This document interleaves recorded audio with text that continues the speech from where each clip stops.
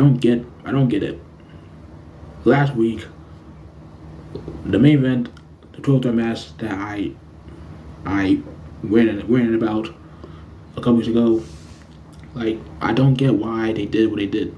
Like, I get it. It makes her look strong. Makes her look strong. But the fact that you have Genesis, the person that you've been building her up to be next to be in the Wild World Championship match against Clyde or anyone who's holding the championship, the fact you're making her be one of the top contenders, just to bring her back down, have her get tapped out by both Santana Garrett and Palola, like, that's dumb. And also, not as dumb as you calling this a double pin. Obviously, she did not get pinned. She tapped out. It was another thing that really pissed me off. Why you have her tapped out? She's supposed to be a badass. Why you have her tap to get tapped out like a chump? It's so dumb. It's so stupid. It's like, don't have her be in the championship picture, world championship picture. You're not gonna use her in the championship match. Period. Like, Santana Garrett, she's there. Yeah, I don't mind her being in the championship picture because she's a legend. She's basically a legend in Wild in their eyes. With no problem with that. But Palola, what has he done? Yes, he has millions of followers on social media. What people freaking do? Like, doesn't mean anything. She hasn't done anything in the wrestling ring to prove that she belongs in the championship picture, except being Abby Maverick's personal butt kisser. So, like, give me a break. Like, this whole season, it's not bad. It's not god awful. It's not horrible. It's just a really bad Frankenstein monster of a season. Like, I mean, I don't get it. Like, the whole Wild Championship picture is really annoying. The fact that you have more known contender matches for the Wild World Championship than Wild World Championship matches itself this season is really telling. Like, shout out to Lindsay, not Lindsay Carlson, the Miami Heat, but Lindsay, who was a diehard Wild fan, who pointed out that they have more contender matches for the championship than the Wild World Championship matches itself this season. Make it make sense. You can't. It's so ridiculous. I don't get how they have so many number one contenders, and none of them have none of them got the Wild World Championship matches that they earned. Jay Jones still waiting for her match. Pink never got her one-on-one match. Angel Gambino so they got her Wild World Championship match last season, but she's not gonna get that at all. Not this season, season 3, because he's still out with an injury during the tapings of this episode this season, and he's not gonna get it next season. You know why? Because he's not in Wild anymore. She's a free agent. Don't believe me? Go on her social media, her main account, not her Gambino account, her main account. She's a free agent. It's not gonna be part of season 4. What the hell are you doing, Wow? McLean, what the hell are you doing? I mean, what is your malfunction? But despite my rant, despite me just hating this whole Wild World Championship picture, how much of a mess it is, I really enjoyed the episode. Wow, I enjoy the episode 35 of season 3 this past weekend, and I had no complaints about it. It went by quick. It had 3 matches on the card, just 3, and all the matches were pretty damn good, especially the main event. The main event was really freaking good. But before we get to the main event, we gotta talk about the first match of the night, first match of the episode, Karen Kai versus Kane Quest. And we got 1/3 top tier Kane Quest in the ring against Karen Kai, from, of course, the Dodo Defenders. Still, I visited her friend Terrence Rikes after they took her out, and we had the Dynamo from Toronto taking on the chick from the 612 with a mean 1-2, and it was a pretty good match. a good back and forth matchup between Kai and King Krush. The matchup was clean for the most part. Towards like the last minute of the matchup, where Coach and Gloria try to cause Kai to mess up. Gloria distracting referee and Coach Cat really trying to take out Kai. But all that was not enough. Kai find a way to beat King Krush when she kicks out of King Krush's roll up and reverses it with her own roll up, and she pins King Krush 1, 2, 3, and Kai gets the win. Her second win in a while as a single competitor, and is against one of her foes, one of the people that took out her tag team partner, Terrence Rex. And Coach Cavallari grabbed the microphone, started screaming to the microphone, saying this is a conspiracy, screaming about a conspiracy, and wow, everybody being involved, Night Dane, Sibley schools, and honestly, those two being involved in the conspiracy make no sense. But Dave McClain being part of this conspiracy makes total sense. Makes total sense because for obvious reasons. But they just crying about how there's been a conspiracy and just like her, King Krush, and Gloria not that long ago losing single matches back to back, and it's been a trend. Like they lose in tag team matches, they lose in single matches, but they always find a way to win trio matches. Once those trio titles on the line, they find a way to lock in.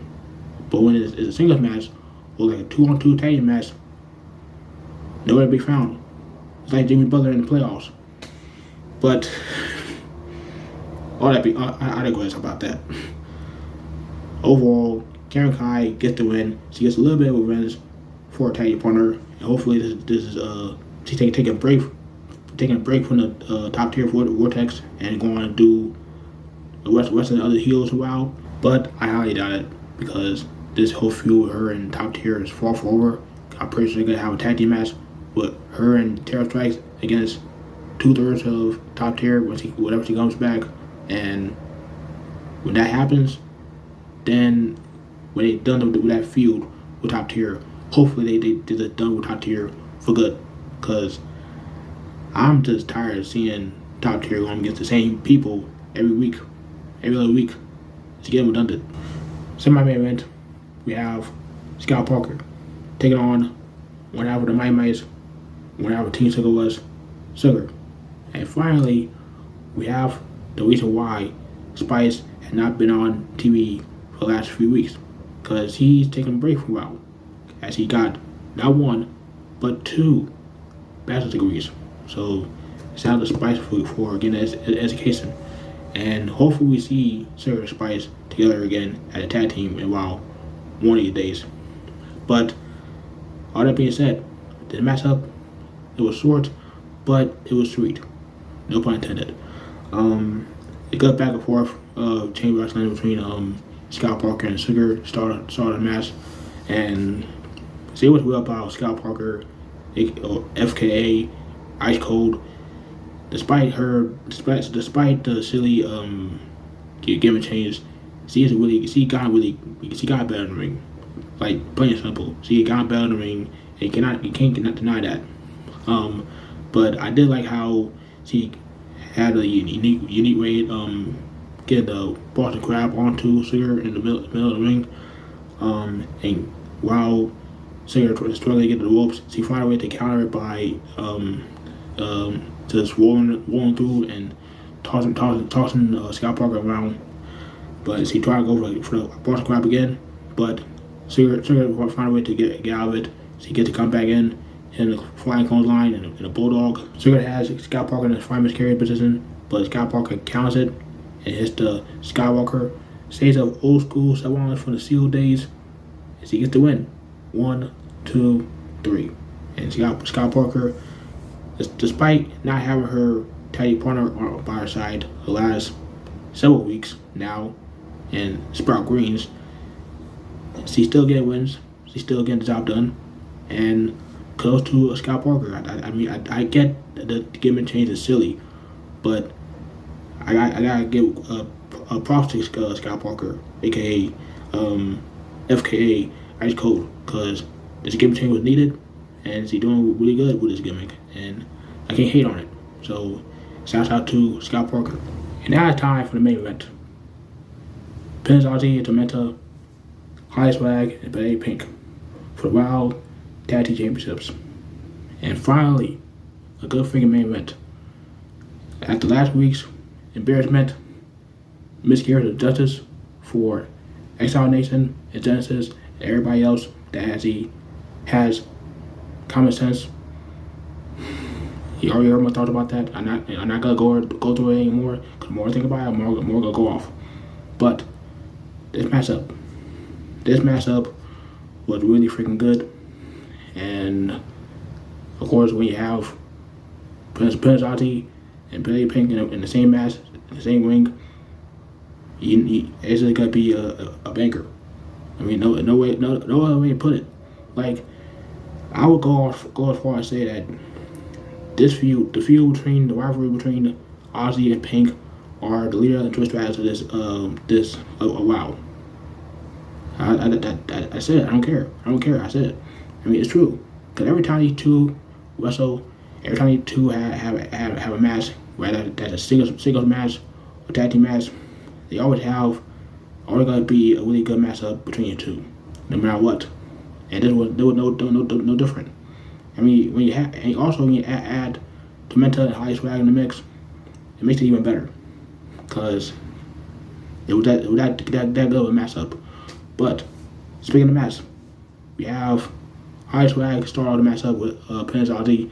They have a little bit of chain wrestling, exchange, and Penelope out wrestling High Swag for a little bit, to the point that High Swag's like, no, I can't do this. I can't. And she tags in Penelope Pink. And of course, they lock eyes. They have that face off. And they start chain wrestling. And of course, he had this bald-headed dumbass. Yes, I call him a dumbass. Doing whatever the hell he doing whenever he checks a submission. Oh, brother, this guy stinks! I don't know why he does that crap. I don't want to know why he does that crap. All his mannerisms and whatever the hell he does in the background is freaking annoying, and I hate it. But all that aside, yeah, Tormenta and Aussie working together on Penelope Pink. Aussie gets sent over the ropes by Penelope Pink up and over, but Tormenta counters to her iron whip and sends Penelope Pink against the ropes. That leaves Aussie hitting the twist of fate onto Penelope Pink while her head is around the ropes. And then we would see Penelope Pink apparently tagging in High Swag, and she's shook, because she does not want anything to do with Tormenta. I don't blame her, because it's Tormenta, and High Swag is not on the level of Tormenta. You catch my drift. But as soon as she get in the matchup, she gets hit by insecurity from Tormenta, knock her the hell out. Then we see Tormenta and Aussie hitting the rear bill leg drop combination on the High Swag. That only got 2 count. But that momentum from Aussie and Tormenta quickly shifts when Penelope Pink, High Swag get up hand on Tormenta, and the whole matchup for majority of the matchup from here on out, we see High Swag, Penelope Pink, and Lon Star just taking it to Tormenta and High Swag.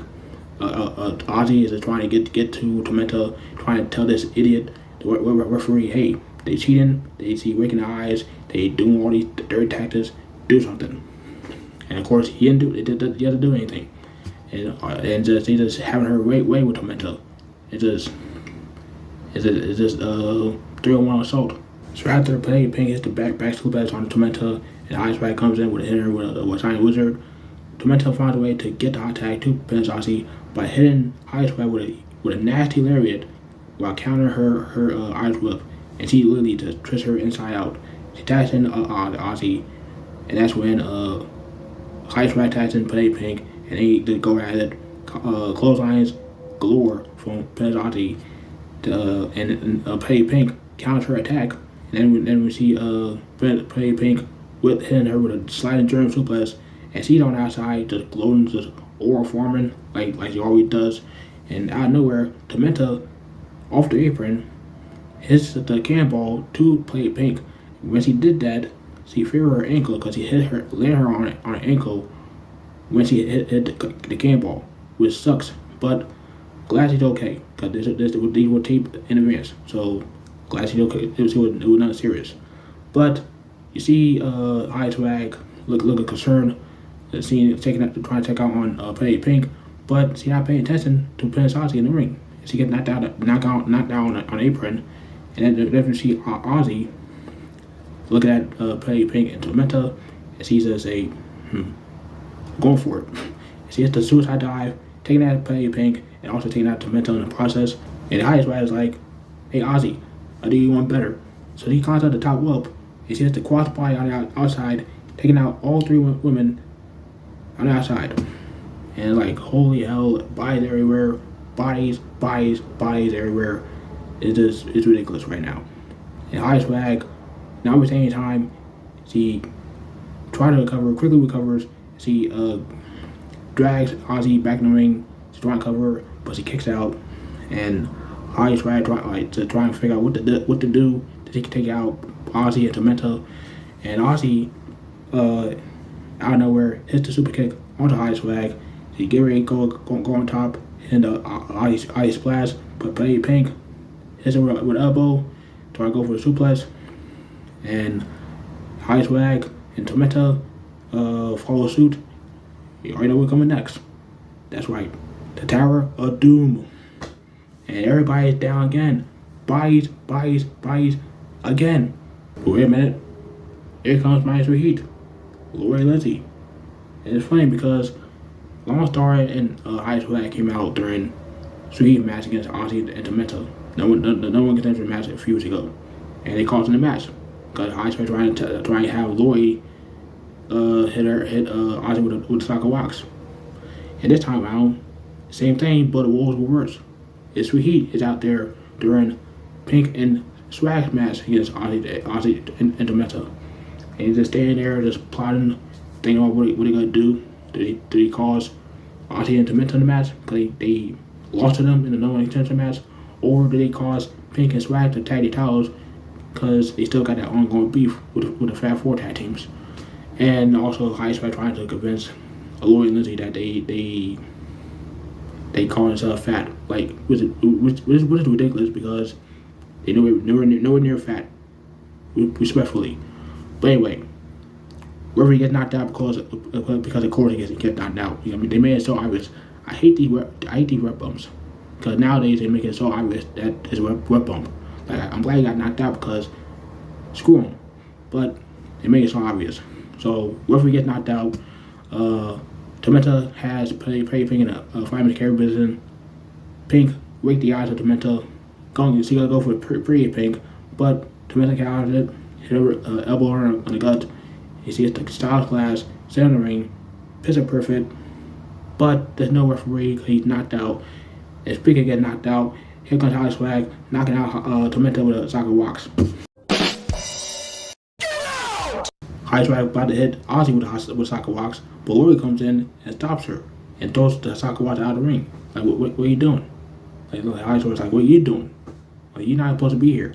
And all of a sudden you see Lindsay grabbing High Swag, and you see Lori, like wiring it up, like, signing it up real nice, about to punch High Swag in the face, but High Swag ducks out of the way, and Lori hits her sister again, and Lori quickly checks on her sister, and they quickly leave the ring because the match's still going on. And then we see Aussie coming in, loading on High Swag. Only got 2 count because the referee's slowly waking up, and High Swag rolls up Aussie. 1, 2, 3, and still Wild World Tag Champions High Swag and Play Pink. Yeah. No complaints for me. I mean, it was a really good matchup, really good main event. The storyline between the Fab Four continues to be my favorite thing about WoW this season. This whole season overall has been a Frankenstein monster, like I said in the beginning of the video. But this storyline is making me interested every week. So like every time I see the Fab Four on TV, whether it be Highest Racket Play Pink or Miami Heat, I'm looking forward to see what happens next between these two teams and Lone Star be in the middle. But overall, great main event. I don't hate the winners. I was surprised that they lost, that they had Aussie and Tormenta lost because of the spoiler that they put on TV last year. But I don't know that that's a real spoiler, but it was just a placeholder. Either way, not mad about the match, not mad about the outcome. Really good main event overall. That's my review of Wild Season 3, episode 35, right here on the PW Zone. Let me know down in the comments what you thought of the episode. You've seen the episode. If not, they uploaded the whole full episode on YouTube literally hours after it aired on Saturday night. So check it out if you haven't. And let me know if you agree with my rant that I did at the beginning of the video, because it's still, even though I enjoyed the episode, my thoughts still remain the same. Like, I hate how they just pick and choose who's challenging for World Championship, and sometimes, if not all the time, the challenge doesn't make any sense. So like, it's ridiculous. But overall, I did enjoy this episode. It went by pretty quick. Only 3 matches on the card, and had no complaints. And hopefully, they continued on like the train of decent and good episodes a while, leading towards the end of the season. But here's hoping. But bottom line, I enjoyed the episode. So let me know down below in the comments what your thoughts are. Like, comment, subscribe, tap the bell. Until that time, take care of yourselves, and hope you guys have a good Tuesday, and enjoy this nice ass weather, this hot ass weather in Minnesota, if you live in Minnesota. And yeah, that's all I gotta say about that. So till that time, I'm Michael Davis, 8 Black, the professional wrestling. I'm out.